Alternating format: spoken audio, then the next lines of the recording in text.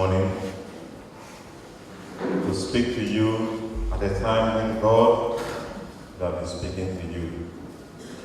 This is a very important time in our worship, and I thank God for the privilege of this assignment. I want to thank the church pastors for giving me the opportunity of coming to speak to you this morning.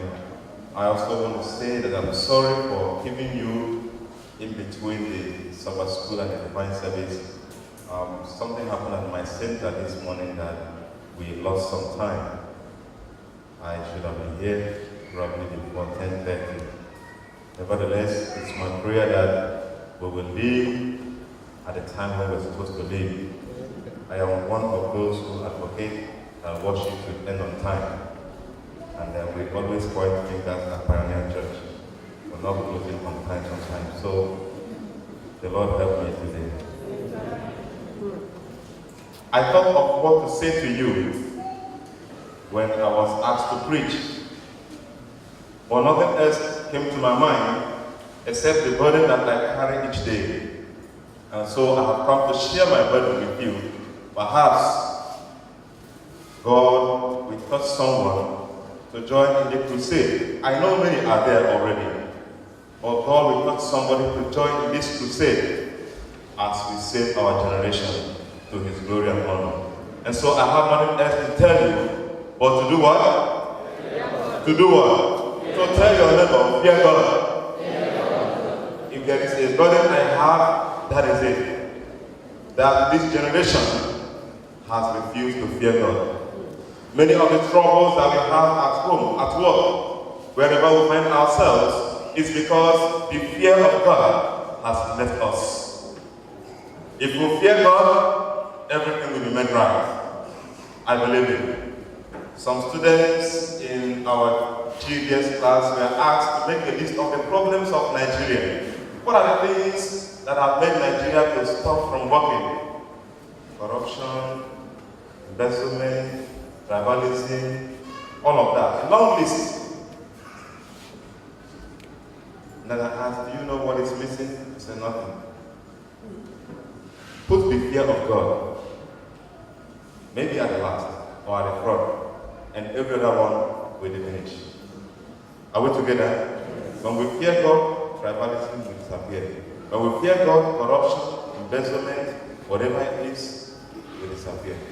This morning, I pray the Lord may touch you to join in this crusade that our Lord may come soon. Let us pray.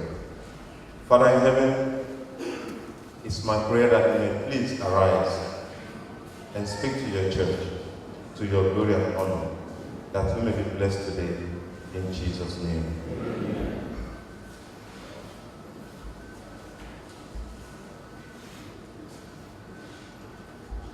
I have chosen to bring 3 versions of the text that we read so that you can see with me what the wise man did with Ecclesiastes chapter 12, verses 13 and 14.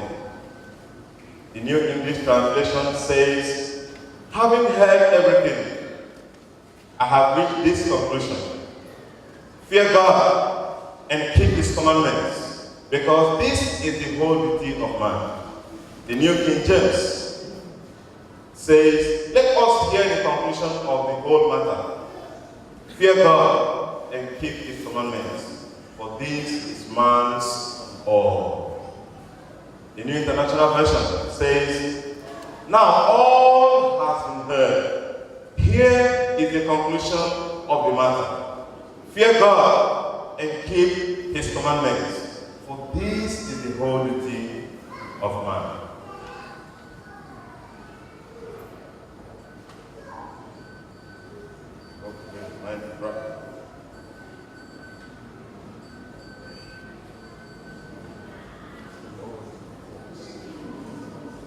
Okay, sorry, technology. Verse 14 says, for God will evaluate. I want you to take note of the key words. New English Translation says, for God will do what? Evaluate every deed. Or God will evaluate every deed. including every secret thing, whether good or evil. New King James says, for God will bring every work into judgment, including every secret thing, whether good or evil. I don't know why the author of this text decided to include every secret thing to all.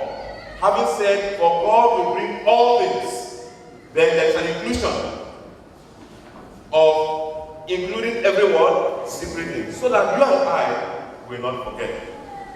And I says, for God will bring every deed into judgment, including every hidden thing, whether it is good or evil.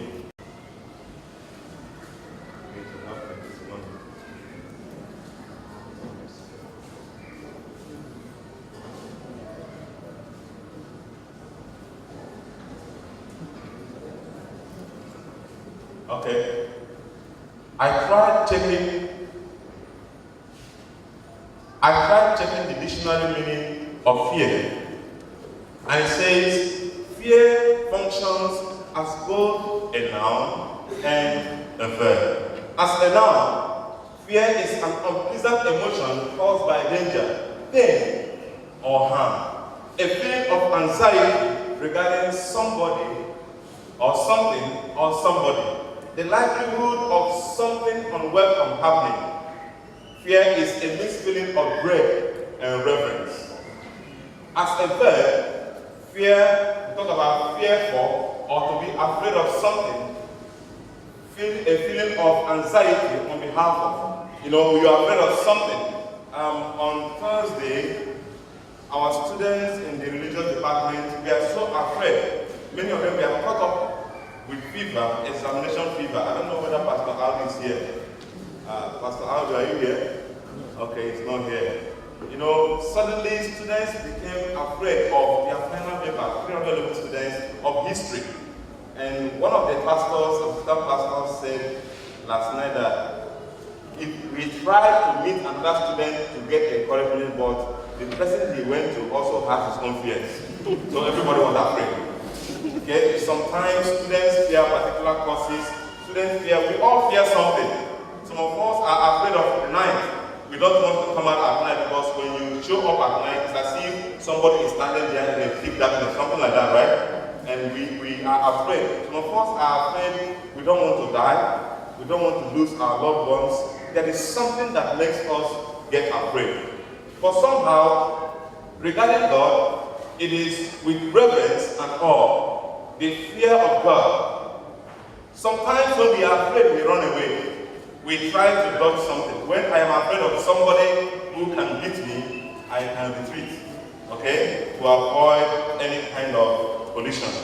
But somehow, when fear is related to God, it carries the idea of not running away, not a sense of perplexity, but showing reverence, a sense of awe when we encounter God. So, fear is a natural and in its purpose beneficial feeling. Like I said, if I know you're going to beat me and I'm afraid, I run away. So I will leave. When I run away, I will leave. Fear makes me to keep alive. It arises in the presence or anticipation of danger and moving to its avoidance. It is also awakened in the presence of superiors, like I said, and of striking manifestations of power, taking the form of awe or reverence. Fear has been said to be the source of religion. Have you heard of that before? Yeah, some people say, especially philosophers, will say that, well, religionists do so because they are afraid of waking up to the reality of their manhood. If you are a man, why do you have to kneel down and be crying to somebody you are not seeing? Can you imagine yourself, as old as you are? If I ask you to kneel down, you get angry. How will that small boy pastor ask you to sit, kneel down? But you go before somebody you call God, and you kneel down, you are crying. But we know that it is not fear that leads us to religion. It is because, we believe in the power of God and His existence as our Creator. That is why we worship Him. Of course, the Bible brings to fore the fact that God even calls us to come near to Him. We draw nearer to God, and we don't do that in fear. Religion can never have originated from fear alone, since men are impelled to do what? To draw near the expectation to the object of worship. We don't fear God, we don't worship God because we are afraid. So in relation to God, fearfully does not carry the idea of running away. We don't enter into relationship with God because we are afraid, because we are scared. No, we are not scared. That is why the psalmist in Psalm 139 talks about, I will praise you because I am what? Fearfully and wonderfully made. Talking about the sophisticatedness of our being, how God lavished His love. Not the sense of being afraid now, but the sense of awe, the sense of terribleness with which God has made all of us. The extremity of our making to an awesome degree. So we honor God because He made us fearfully. He made us, He took time to design us, and that is what we are. Now, what does it mean to fear God? The fear of God, that word generates from the Hebrew word yirah. And yirah is from the root yara. That is not your headache.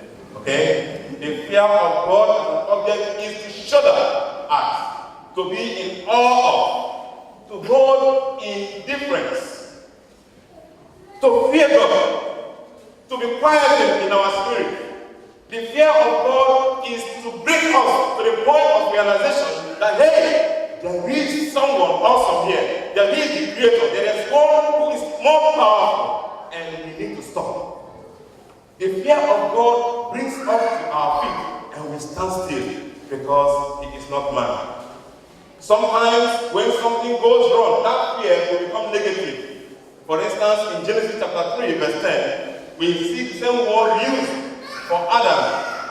Well, after he had sinned with his wife, God showed up, and Adam was afraid. So that fear, when it is used negatively, or when man derails from God, carries the idea of, trying to abscond. Fear. So when you and I are afraid of God, it means something has gone wrong somewhere. Naturally, we're not supposed to be afraid of God. Even those who encounter God in the Bible and they are afraid, they don't run away. They go on their knees and they bow and worship. So the consciousness of the fear of God brings us to worship. It does not make us turn away, and run. So Abraham encountered God in a theophany in Genesis chapter 15, verse 1, and he was afraid. But the Lord said, "Fear not, Abraham, my son, I have come that you may have peace."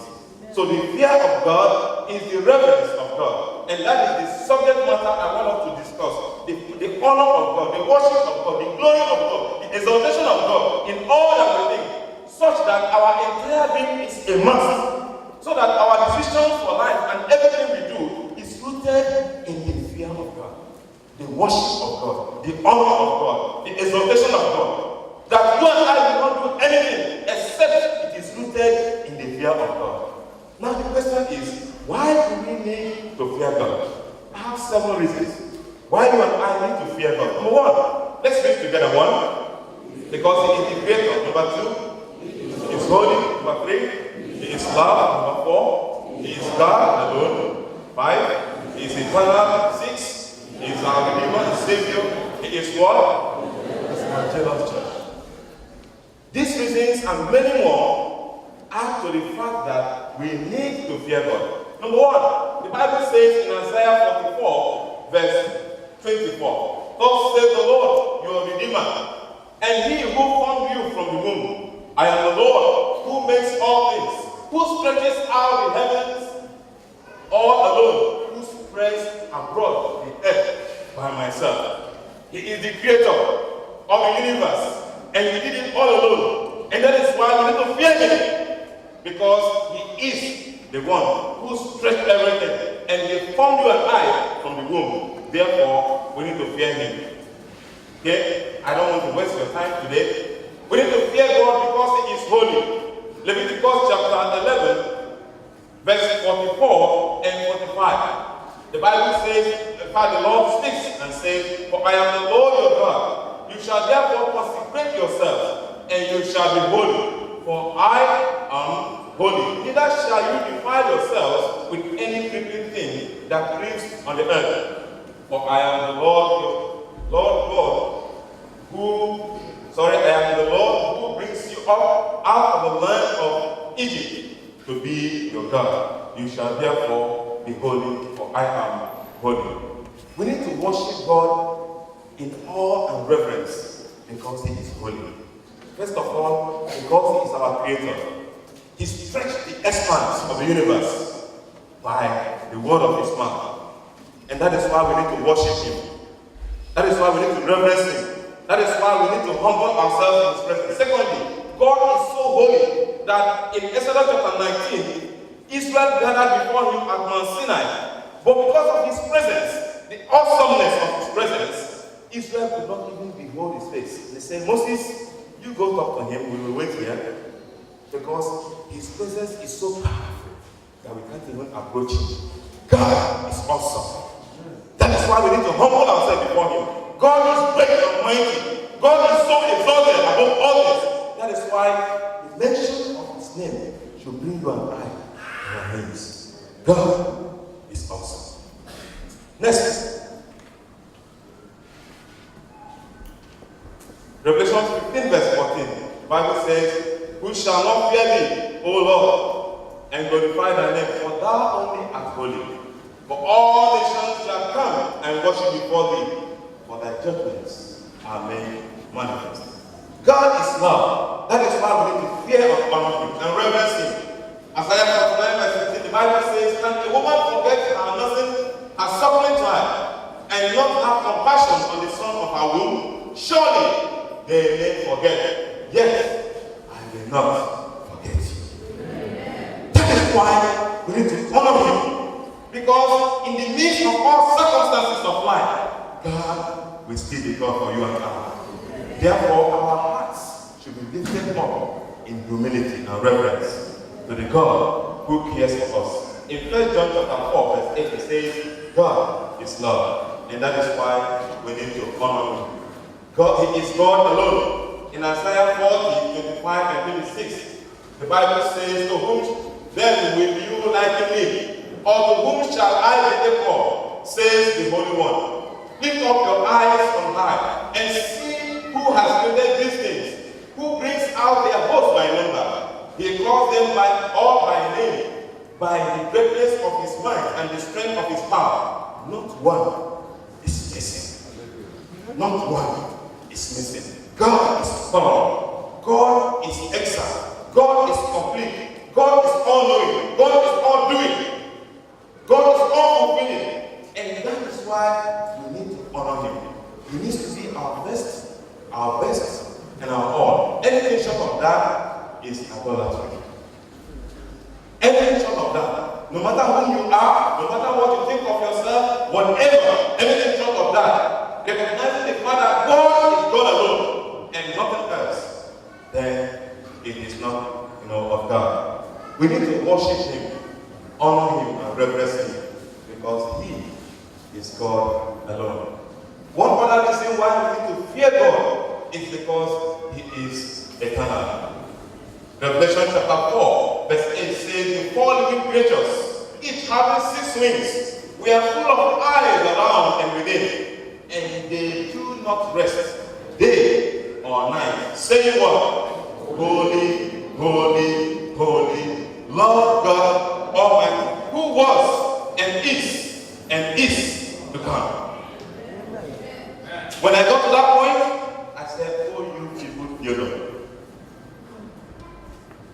God was, He is, and He will come. And some special persons, extraordinary persons are just there before His throne, and all they do is what? They bow down and say, holy, holy, holy. And they never get tired. In the days of the children of Israel, the special name of God, Yahweh, was so revered that in the reading of the text, Prophet Tayo is here, Prophet Ademola Tayo is here. You know, sir, that in the reading of the text, the appointed text in the synagogue, when the readers get to the point where the name of God is mentioned, there is silence. Because the name of God is so awesome that it is not mentioned. Who has power to mention his name? The Jews so feared his name that when they get to Yahweh, there is silence. And everybody understands it is because there is the name of God. Then the reading continues. It is because he is God, and he is God alone. He is God, and he is mighty. And that is the way we need to see him. That is the way we need to understand him. That is the way we need to begin to think about our existence and our relationship with him. Because, he is bigger.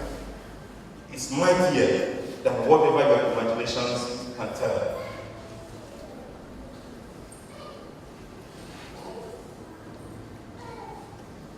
We need to fear God because he is our Redeemer and Savior. This is the last one. In Exodus 20, verses 1 and 2, as Moses was interacting with God and God was to write the 10 Commandments, there was a preamble.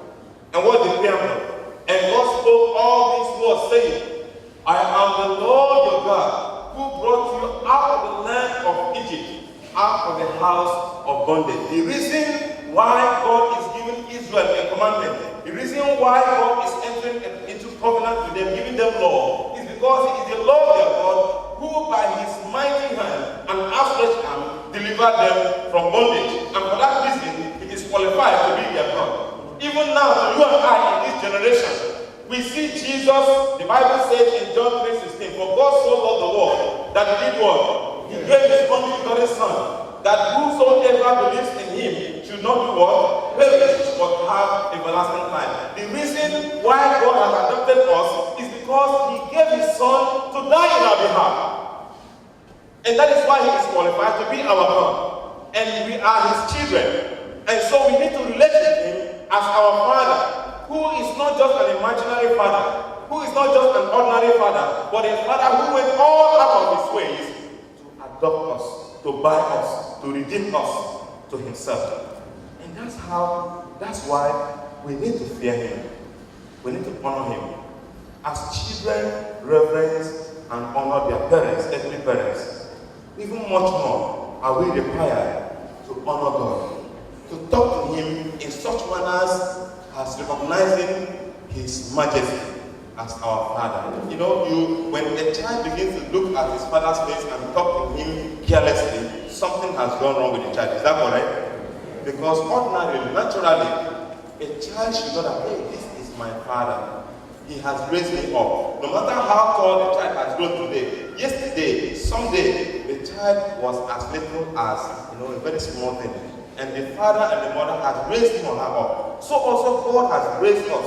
Even before we entered into our mother's womb, God was the one who gave the order. So we need to humble ourselves before him and relate with him in that manner as one who is able to create and also destroy. God, our Redeemer and our Savior. The last one, but most scary, is we need to fear God because he is what? Jealous. Come on, church, he is what? Jealous. He's a jealous God. God is loving. But at the same time, God is jealous of his love. He doesn't want to share his glory with any man. So be careful. Let's all be careful. God does not want to share his glory with anyone. So it is either he is first or he has no place. Most times we make God our spare tire. We remember him when there is a flat tire. The Bible says in Exodus 25 and 6, you shall not bow down to them, that is other gods, nor serve them. For I, the Lord your God, I am what? I am a jealous God, visiting the iniquity of the fathers to the children, on the children, to the third and fourth generations of those who hate me, but showing mercy to thousands, to those who love me and keep my commandments. God is a jealous God. He is jealous because he gave all. He is jealous because he loved us. He is jealous because he chose to make us in his image. He had everything in sufficiency, yet he chose to release himself and said, let us make man in our own image. And he didn't speak us into existence, like he spoke the animals and other things into existence. He came down to demonstrate his faithfulness and his sincerity in loving us. He came down and he dented his hands with clay and formed us. And then that was not enough for him. The Bible says he also went down. He went down and fused his nose on the nostril of that image he made. And then life. God loved us so much that he took time to design us. And his expectation is that we respond to him in loving obedience and worship. That is why we need to fear and honor him. We need to glorify his name. So anything contrary to that will not bring glory and honor to the name of God. What are the gains of fearing God this afternoon? I have 4 major parts that I want to share with you are the gains I have discovered, for us to fear God. Let's take it together. Number 1, when we fear God, we have wisdom and understanding. Number 2, number 3, and number 4. Okay? I will take you through the book of Proverbs and a few mentioned in Psalm, as I have tried to discover the blessings that we can learn when we choose to fear God. And I will juxtapose it with some of the worldly expectations and philosophies that we see around and people hold on to today. Let's see what the Bible says and then we will compare. Okay, the fear of the Lord, wisdom and understanding. Proverbs chapter 1 verse 7. We will read together. The fear of the Lord is the beginning of knowledge, but fools despise wisdom and instruction. Proverbs 9 verse 10. The fear of the Lord is the beginning of wisdom, and the knowledge of the Holy One is what? How many of us require wisdom? Let me see your hand. You need wisdom. Then what should you do? If you need wisdom, fear God. The psalmist in Psalm 119, verses 99 and 100 says, I have more understanding than the ancients, because I keep his laws. I have more wisdom than my teachers, because I obey your instructions. Friends, have you seen one who lacks wisdom? It is because there is no fear of God. People do so many things in order to get understanding. On Monday, a student had some chips in the examination hall. When he realized that it had been seen, he quickly put it in his mouth and grounded it. Unfortunately for him, he did not swallow it. So he grounded it and brought it out and fixed it in between, the pews, the way they are made, the iron, just fixed it. Then the person who saw him came around and said, where is it? He opened his mouth and asked, hey, what are you talking about? But inside the mouth, the patch of the paper is inside. And then they looked around and then they brought out the paper where he has fused it. That is for a student. Do you see people around who give answers that when you look at it, you see that this one is not of God?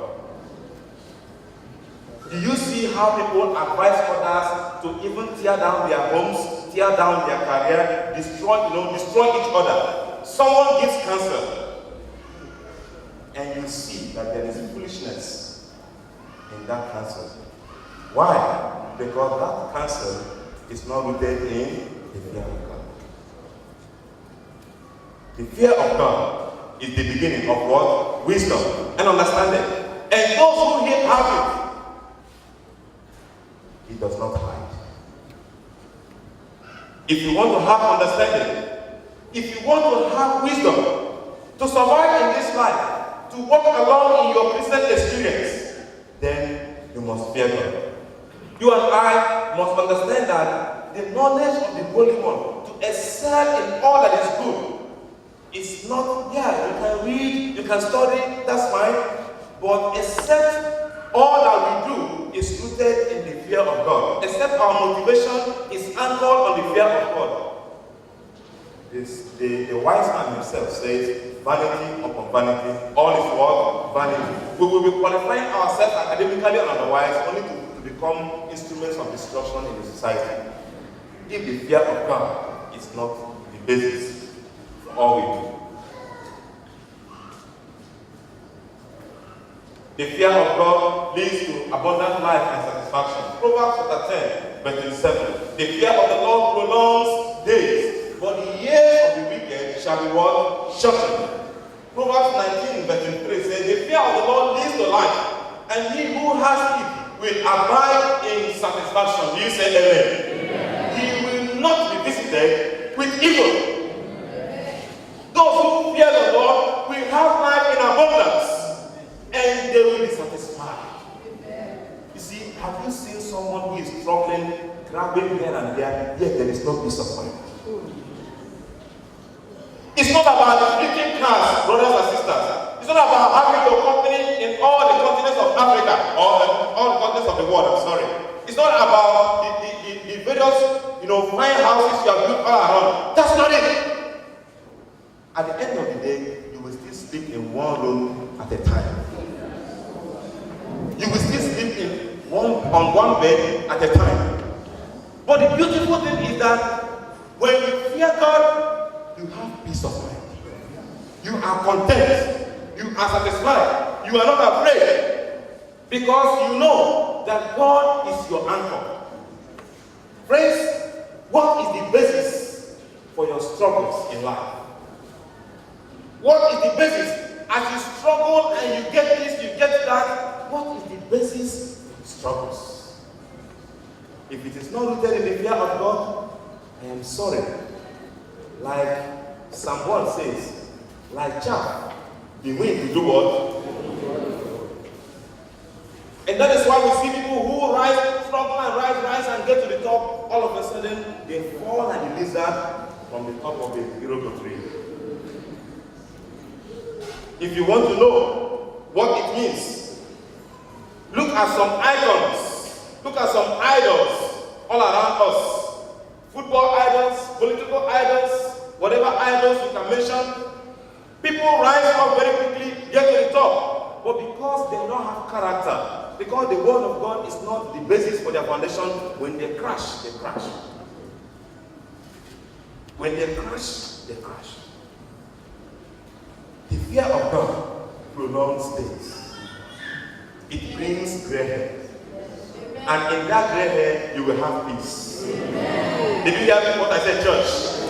The fear of the Lord brings gray hair. Not the gray hair that results from suffering. Is somebody hearing me?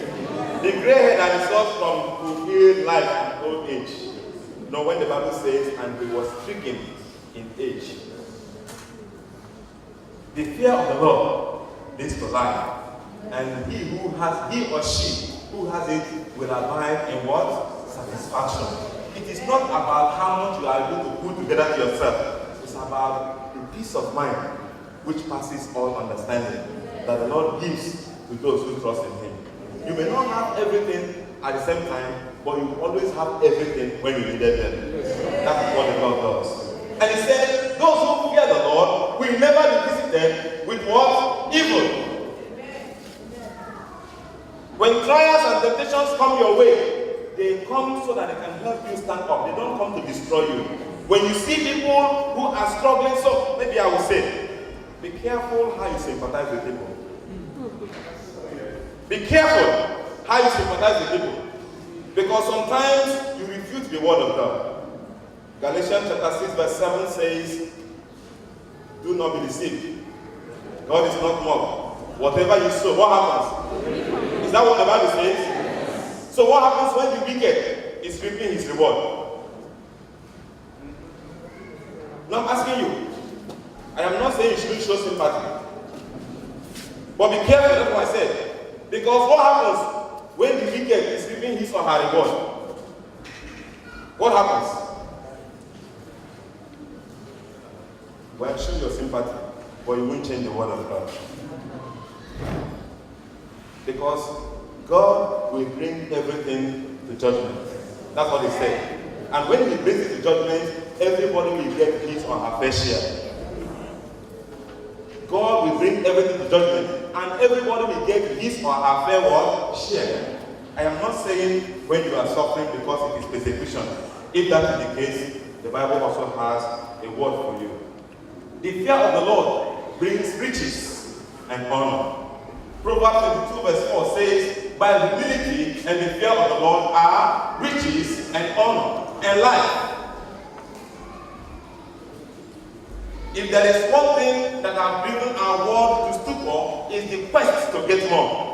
The quest to be somewhere. The quest to be somebody. The quest to be at the top. The quest for confidence.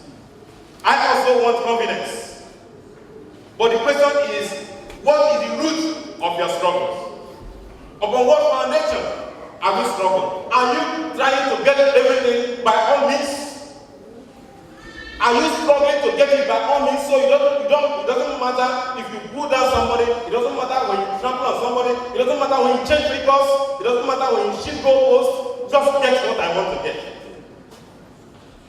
The fear of the Lord, by humility, by obedience, by a Holy Spirit, and by the fear of God, by the reverence of God, doing his will, are riches, are honor, and life. Amen. So do you desire riches? Then fear God. Do you desire honor?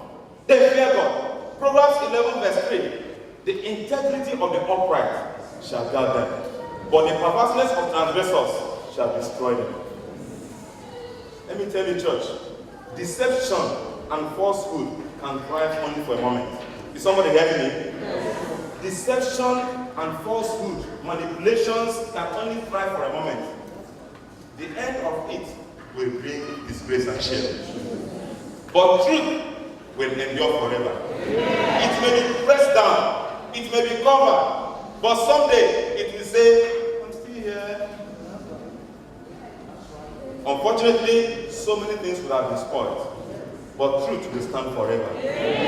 So don't do the work of darkness because you want to have riches or you want to rise up. Don't pervert justice.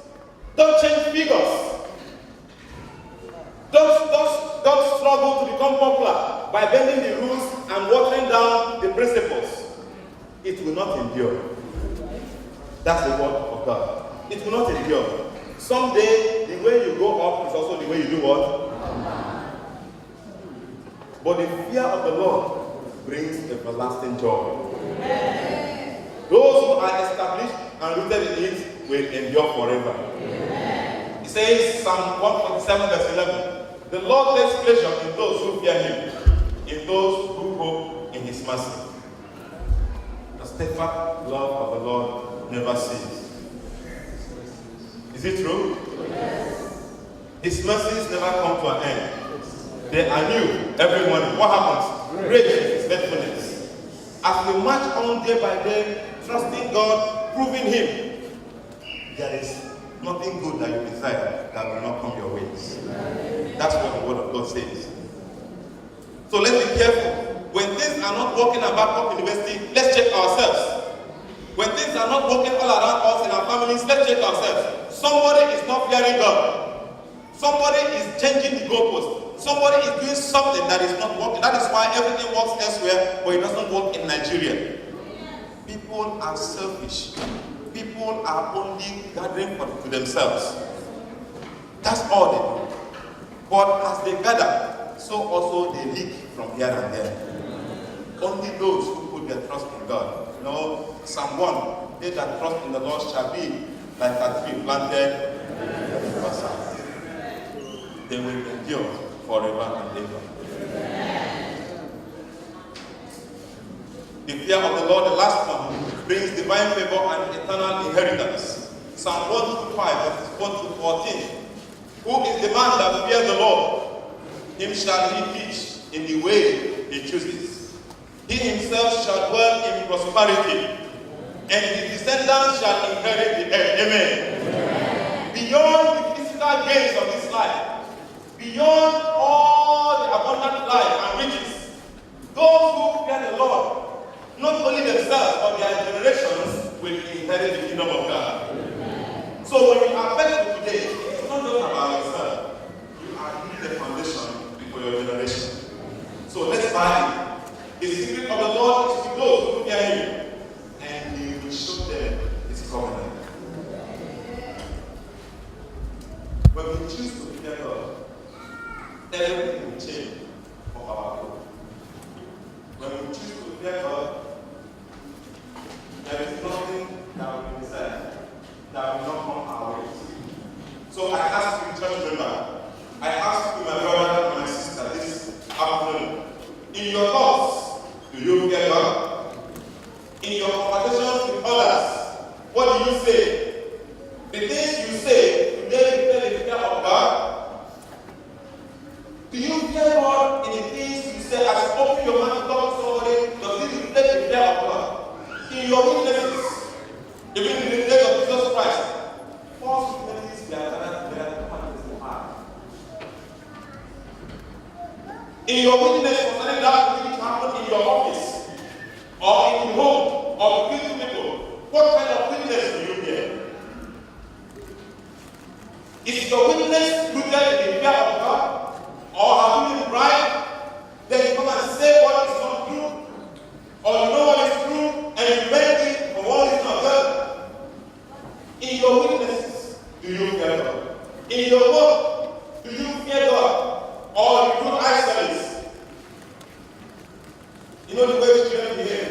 When children play around and they forget to do their job, when they hear the sound of the car, what happens? They quickly run and begin to make shit. Do you make shit in the office?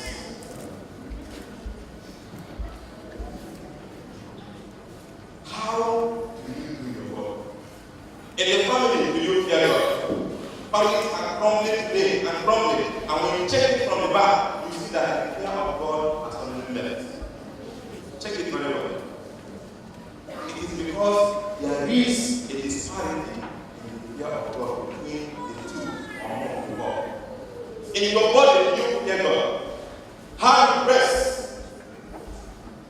Do you fear God in your dressing? Do you fear God as you walk? You know, sometimes you have cases, this person harassed this person, this student was harassed, something like this was happening. As you relate to the students that God has sent to you at Babcock University, do you fear God? Do you take advantage of the those that are brought to you because of their position? Do you fear God? Are you aware that everything, including the little things we brought into judgment? Do you fear God? Are you careless? Thinking that no one sees you? Like the students who refuse to go to church and run to the toilet and lock the door? Is God seeing him? Is God seeing her? The whole administrator may not see, but someone else sees. Is that your case? Whatever you do that you don't want someone else to hear about, don't do it at all. Anything you want to do that you will shudder when someone else hears it, don't do it. So in your finances, in the handling of finances, do you fear God? Even in the church of God, what are our motivations? Are they motivated by the fear of God? Friends, in your relationship, do you fear God? How close are you and I? How close are we to God? That's the question that we need to answer in this terrible time.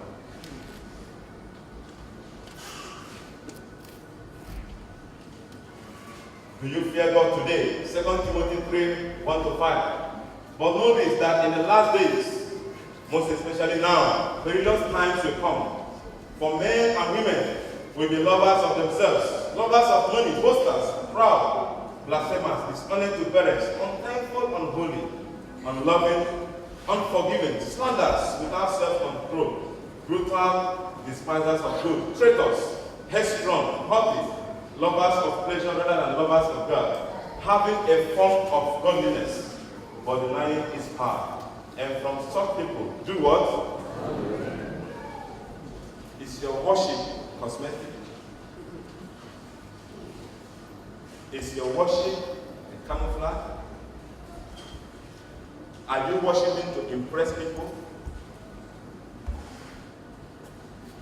Do you fear God in whatever you do?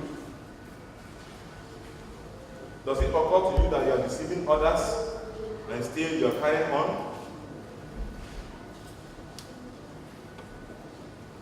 In your family, are you taking stock of how things are going?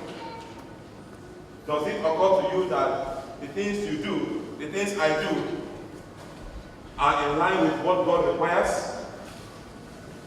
I am asking because as I read through Psalm 15, verses 1 to 5, I ask myself, boy, are you sure you are saved? I ask myself, are you sure you are saved? Because look at what the psalmist said. Lord, who may dwell in your sanctuary? I am talking because I'm a pastor, always running to the sanctuary. Who may live in your holy hill?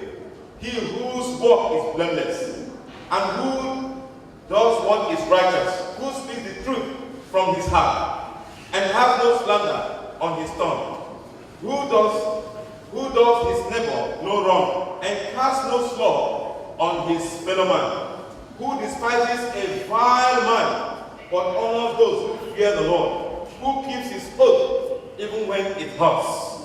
Church, are you hearing that? Yes. Who lends his money without usury and does not accept a bribe against the innocent? He who does these things will never cheat.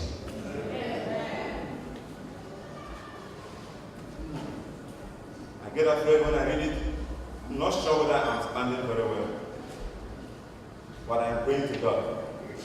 It is only when you and I are conscious that these things will come to pass. Do you know the reason why I am talking to you? It is because since I read this Bible text, since I read the Bible text on the screen, so many things, my consciousness level has increased. And I want you to read together. I brought 4 different versions so that you can see. Let's read it together. Number 1. For the ways of a person are in front of the Lord's eyes, and the Lord weighs all that person's heart. And I will say it. For a man's ways are in full view of the Lord, and he examines all his paths. New King James says, for the ways of man are before the eyes of the Lord, and he ponders all his paths. And New Living Translation says, for the Lord sees clearly what a man and a woman does, examining every part he takes. I want you to think about it. I want you to think about it. Because God will bring everything to judgment, including the very secret things. The Revelator says, fear God and give him glory. Because of what? The hour of the judgment has what? If there is any time when God's children should live in reverence of God the Almighty, it is now. Because the hour of his judgment indeed has come. Everything that you and I do is on record. God is not winking his eyes anymore, because in the days of our ignorance, God had overlooked. As in Apostles 17, 30 and 31. But today he calls an eye unto repentance, that we should put away our evil deeds and come to him, because he has set a day of judgment when he will judge the world in righteousness through his Son, Jesus Christ. It doesn't matter who you are. It doesn't matter what you think about yourself. It doesn't matter the wealth you have amassed. That does not make sense before God. We will all pass by one, and the road will come, and we will answer for ourselves what we have done. What shall we do, God's children? Isaiah 55, 6 and 7 says, seek the Lord while he may be found. Call upon him while he is near. Let the wicked forsake his way, and the unrighteous man his thoughts. Let him return to the Lord, and he will have mercy on him. And to our God, for he will abundantly pardon. One good thing I have learned from God is that it doesn't matter how mighty always willing to accept us and to place us and ready to continue in Him and to allow Him to be the Lord and ruler of our lives. Jesus stands at the door again. Perhaps He stayed there to the night. A preacher said that the dew of last night fell on Him. Will you allow it to happen at that time? He stands at the door of our hearts and He seeks to enter. He seeks to enter to come to us. James said it this way, therefore submit to God. Resist the devil and he will flee from you. Draw near to God and He will draw near to you. God seeks a personal relationship with us. He seeks to be closer to us. Deuteronomy chapter 6. This one says, "Hear you, O Israel, the Lord your God is one. And you shall love the Lord your God with all your heart, with all your soul, and with all your strength." Completely. God seeks a total takeover of our entire being. That is the only time when we can get it right. That is the only time when things will work well. That is the only time we can say, yes, there is an assurance of salvation. Lament and mourn and weep. Let your laughter be turned to mourning and your joy to gloom. Because except we weep, stand at the mirror and say, boy, you are stingy. Stand before the mirror and say, look, you're a liar. And you need to stop. Let's tell ourselves truth. Because except we are willing to tell ourselves truth, the change will not take place. The things I want to do, I do not do. The things I don't want to do, that is what I do. Romans chapter 14. Let's surrender to Jesus Christ. Because He can help us, He can mold us, He can change us, He can transform us into His own likeness. We can't do it by ourselves. In our days when the fear of God has left everything that we are doing, we cannot but come back to God. I'm going to close with two examples of what happened this week. Two students of our campus. One came on Monday, a female, 17 years old. I said, Pastor Dixon, I am tired. I said, what's the problem? Why is it that everybody believes a lie? Why is it that when you say the truth, nobody wants to believe? You look so odd. Why, Pastor Dixon? Why is it that for you to make your way, you just have to tell a lie? Why is it that when you want to live right, everybody hates you? Why, Pastor Dixon? Tell me why. 17 years old girl, so frustrated that people around her, I can't find anybody who says the truth. Why, Pastor Dixon? And then on Thursday, a young man came, 25 years old, a student, and he said, Pastor Dixon, you have caused me a lot of pain because you came into my life and you want to change my family tradition. I said, what is your family tradition? Then the 25 years I have lived, my family has always been known with everybody cheats everybody. That's the way we are. Everybody cheats everybody. Your coming into my family has exposed the things I do to my parents, and I don't like it. Did you hear his family tradition? Everybody does what? Cheats everybody. So I cheat my mother cheats my uncle cheats my father.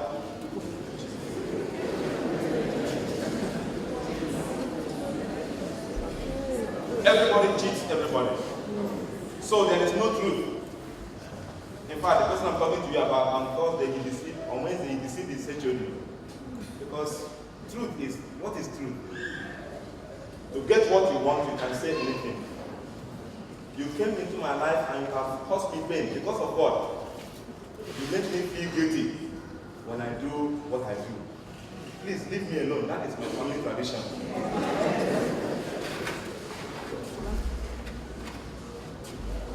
I don't know where you fall.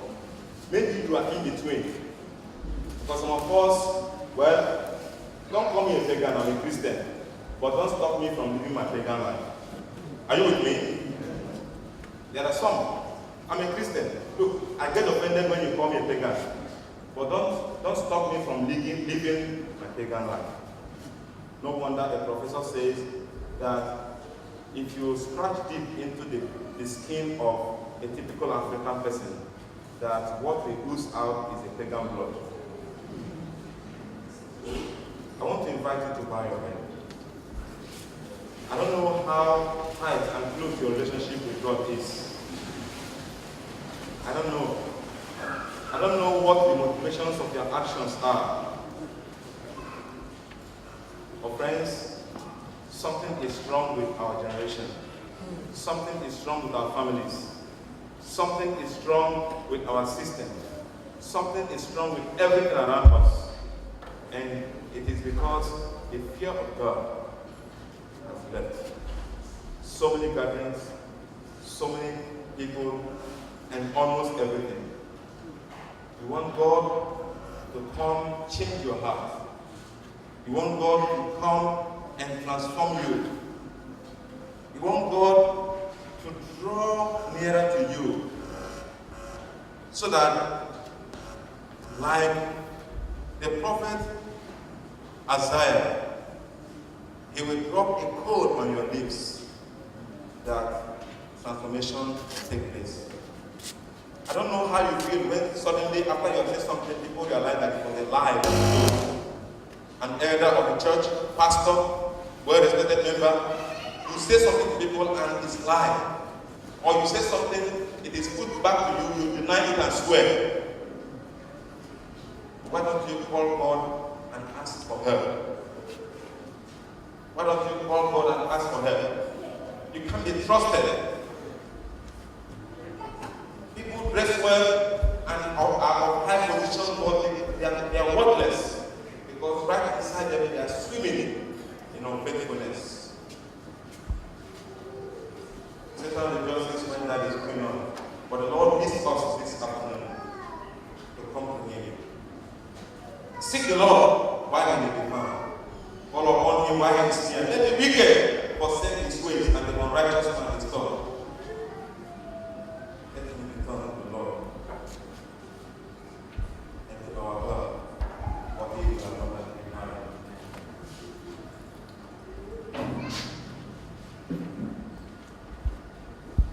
Our relationship with God does not depend on how affluent we are, our riches, our wealth, but how close we are in our hearts.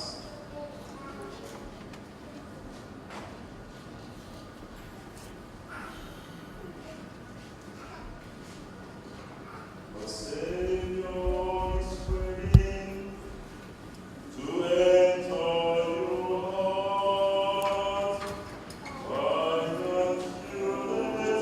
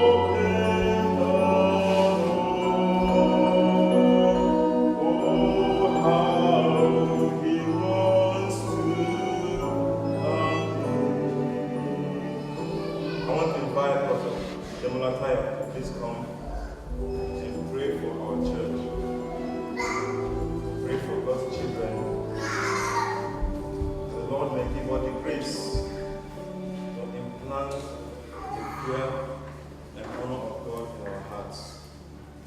But without it, the journey is different. Our Father, my Lord, we thank you very much because this word has come out directly from your throne. As we look inward, we've all been reached in one way or the other. And in contrast to that impenitence of heart, we come before you this afternoon, praying that you forgive us from heaven above. Help us to be truly sorry, and help us to have a change of life. In any way we have been living double life, doing what we ought not to do, dragging your name in the mud, we pray, dear Lord, that you look upon us and forgive us. As we face the year 2013, help us to be what you want us to be. Remove pretense from our lives. And may we be Christian indeed. Thank you for your servants whom you have used today. Help all of us to be truly genuine Christian. That when you come again, all of us, even our family members, we gather into your kingdom. Thank you for answering our prayer. In Jesus' name we have prayed.